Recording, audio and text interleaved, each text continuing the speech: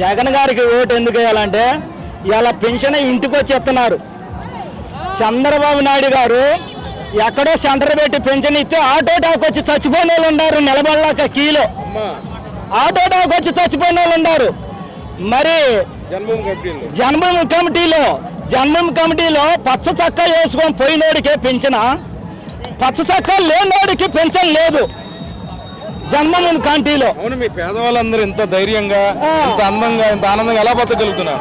ఎలా బతుకుతున్నాడు? జగన్ ఉండబట్టే బతుకునే. లేకపోతే ఈ పార్టీ కల్లా 30,000 ఆటో టాక్ వచ్చి చచ్చిపోయేవాళ్ళు ఆయన పెన్షన్ ఇటువైతే. అంతే, ఆయన పెన్షన్ ఇటువైతే ఏడో సెంటర్లో పెడతాడు. మీరు చావండి, మీ సాగు మీరు చావండి. సర్పంచ్ ఇంటికాడు ఒక ఆఫీసులోనే పెట్టేవాళ్ళు. వీళ్ళు ఈ మధ్య ఆటో టాక్ వచ్చి కొంతమంది చనిపోయిన వాళ్ళు ఉన్నారు, కొంతమంది పెన్షన్ అందన్న వాళ్ళు ఉన్నారు. పచ్చ చక్క కిందకి పైకి పచ్చ చక్క వేసుకున్న వాళ్ళకి పెన్షన్. వాడు మన రోడ్డు మీద పచ్చ చక్క ఓడే మన రోడ్డు మీద నడవాలి, తతిమావలో నడవకూడదు. నడితే వాటికి ప్రాణాలు తీయండి అని కొంతమంది ప్రాణాలు తీశారు, కొంతమంది తన్నుకొని చచ్చారు. ప్రతి చోటగాడు కూడా పార్టీలు వర్గం చేసి పేదవాళ్ళని చీల్చి మొత్తాన్ని నరుకుడు చట్టం పెట్టిండు చంద్రబాబు నాయుడు. వీళ్ళు వచ్చిన తర్వాత ఎక్కడైనా గొడవలు జరిగినట్టు, ఎక్కడైనా ఒక మాట వచ్చినట్టు జగన్ గారు వచ్చిన తర్వాత అలాంటి జరగలేదు. జగన్ గారు ఈ ఉంటున్న 30 సంవత్సరాలు కూడా సీఎం ఆయన. మళ్ళీ పైపచ్చు జూనియర్ ఎన్టీఆర్ నందమూరి ఎన్టీ రామారావుని చంపింది కూడా ఆయన. జూనియర్ ఎన్టీఆర్ అయితే వాడు సాయిబు, జూనియర్ ఎన్టీఆర్ సాయిబు, వాడిని రాజకీయంలో రాకూడదు, వాడిని రాజకీయంలో వస్తే మనల్ని కమ్మరిని తొక్కేస్తాడు అని జూనియర్ ఎన్టీఆర్ని పక్కన పెట్టిండు చంద్రబాబు నాయుడు. జూనియర్ ఎన్టీఆర్ పక్కన పెట్టింది చంద్రబాబు నాయుడు. మళ్ళీ జూనియర్ ఎన్టీఆర్ మళ్ళీ సీమాందరికి జూనియర్ ఎన్టీఆర్ వస్తేనే మళ్ళీ జగన్ ఓడిపోవడం జరిగింది. కానీ ఈ లోపల ఓడిపోవడం అనేది జరగదు. మళ్ళీ పవన్ కళ్యాణ్ ఉన్నాడు, వాళ్ళ వర్గాన్ని నరికి వదిలిపెట్టిండు. నేను పార్టీలో ఉంటాను మీరందరూ నాకెళ్ళి రండి అని నాయిల్నందరూ కూడగొట్టి నాయిల్ని మాయ చేసి కమ్మూరు సమాసం బట్టి వీళ్ళని తాకట్టు పెట్టినాడు. ఒక పిల్లం ఉండగా పిల్లాన్ని తాకట్టు పెట్టి ఇంకో పిల్లాన్ని చూసినట్టు, ముగ్గురు పిల్లలు చూసినట్టు ఆయన ముగ్గురు పిల్లలు కూడా ఇష్టం లేదు. ఇక చివరికి తెలుగుదేశం పిల్లం, ముగ్గురు పిల్లలు ఇష్టం లేదు ఆయనకి ముగ్గురు పిల్లలు ఇష్టం లేదు. నాయుళ్ళు ఆడేద్దామండి. నారా లోకేష్ పాదయాత్ర ఏమైనా ఉపయోగం ఉందా? నారా లోకేష్ పాదయాత్ర ముండరాలు రాజ్యం ఎట్టాలిద్దో ఆయన పాదయాత్ర అట్ట ఉంటది. ఆయన మాట్లాడే తెలీదు, వాకింగ్ చేస్తాడు. చేసేవాళ్ళు చాలా మంది చేస్తున్నారు. ఒక కొద్దివాడు మాట్లాడతాడు, చూసావు ఆ టైపులో మాట్లాడతాడు. కానీ ఒక ఎన్టీఆర్ జూనియర్ ఎన్టీఆర్కి తప్ప ఎవరికి రాజ్యం ఇవ్వడానికి అర్హత లేదు. చెప్పండి, జగన్ గారు ఎందుకని ఇంతమంది ప్రజల మనసుల్లో ముద్ర వేసుకున్నాడు? ఇంతమంది మనసుల్లో ముద్ర వేసుకున్నారంటే జగన్ గారు వాళ్ళ నాన్న పాదయాత్ర చేసినప్పుడు ఆయన జగన్ గారు ఎవరో జనానికి తెలియదు. వాళ్ళ నాన్న సీఎం చేసినప్పుడు జగన్ గారు ఎవరో తెలియదు. జగన్ గారు ఎవరో తెలీదు. అప్పుడు జగన్ గారిని సీఎంగా రాజశేఖర రెడ్డిని సీఎంగా ఈ లోకానికి లేకుండా చేయటానికి ఈ రాష్ట్రంలో గ్యాస్ మన ఆంధ్రప్రదేశ్లో గ్యాస్ తయారవుతుంది కాబట్టి ఏరే రాష్ట్రానికి అప్పు ఇవ్వమంటున్నారు సోనియా గాంధీ. ఏరే రాష్ట్రానికి అప్పు ఇవ్వమంటే అసలు ఎవరయ్యా రాజశేఖర రెడ్డి ఎవరు? ఏరే రాష్ట్రానికి అప్పు ఇవ్వమంటే మన రాష్ట్రానికే కావాలంటాడు. మన రాష్ట్రంలో గ్యాస్ తయారవుతుంది. మనకి ఎక్కువైన తర్వాత నీకు అన్నం తింటాను, నీకు ఎక్కువైన తర్వాతనే నాకు పెడతావు, లేకుంటే నువ్వు పెట్టావు కదా. అదే ప్రకారంగా మన రాష్ట్రంలో వాళ్ళకి గ్యాస్ 200 రూపాయలే కావాలి, ఏరే రాష్ట్రానికి పావుకూడదని రాజశేఖర రెడ్డి కంకణం కట్టుకుంటాం. ఓరే ఈడు ఉండటానికి లేదు రాష్ట్రంలోనే.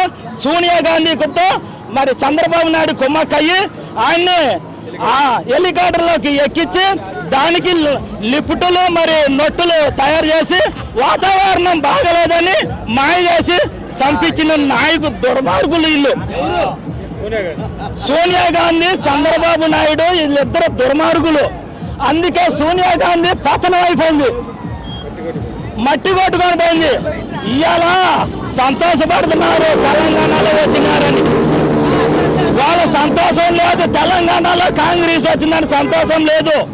మళ్ళీ రేపు జగన్ గారితోనే సలహా అడగడానికి ఆ సీఎం వస్తున్నాడు రేపు మళ్ళీ విజయవాడ తాడేపల్లి వస్తున్నాడు.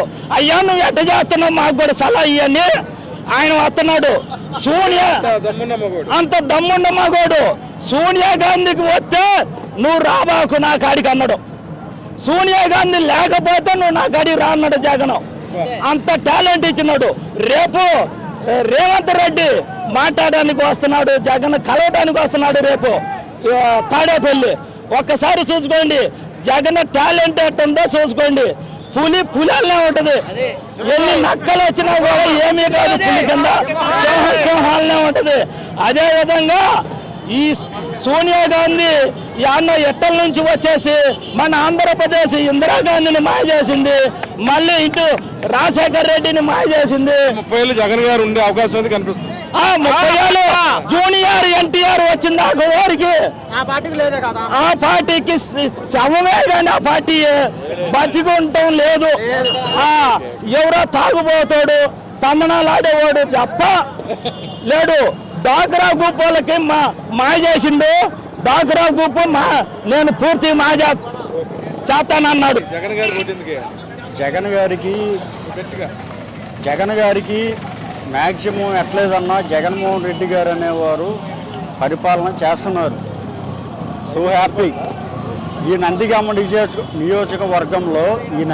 నియోజకవర్గంలో అంతకుముందు పరిపాలన మాకు 2019లో మాకు ఎలక్షన్లో జరిగాయి. అంతకుముందు పరిపాలన మాకు నందిగామలో మాకు నచ్చలేదు. ఇప్పుడు బాగుంది. మొండుతోక జగన్మోహన్ రెడ్డి గారు వచ్చిన తర్వాత మాకు పరిపాలన బాగుంది. నందిగామలో ఏ ట్రాఫిక్ లేవు, ఎటువంటి ఏ ఇబ్బంది లేకుండా పలానా పోలీసు వ్యవస్థ అనేసి ప్రతి ఒక్క విషయం అందుబాటులో వ్యవహారం అనేది ఇదిగా ఉంది.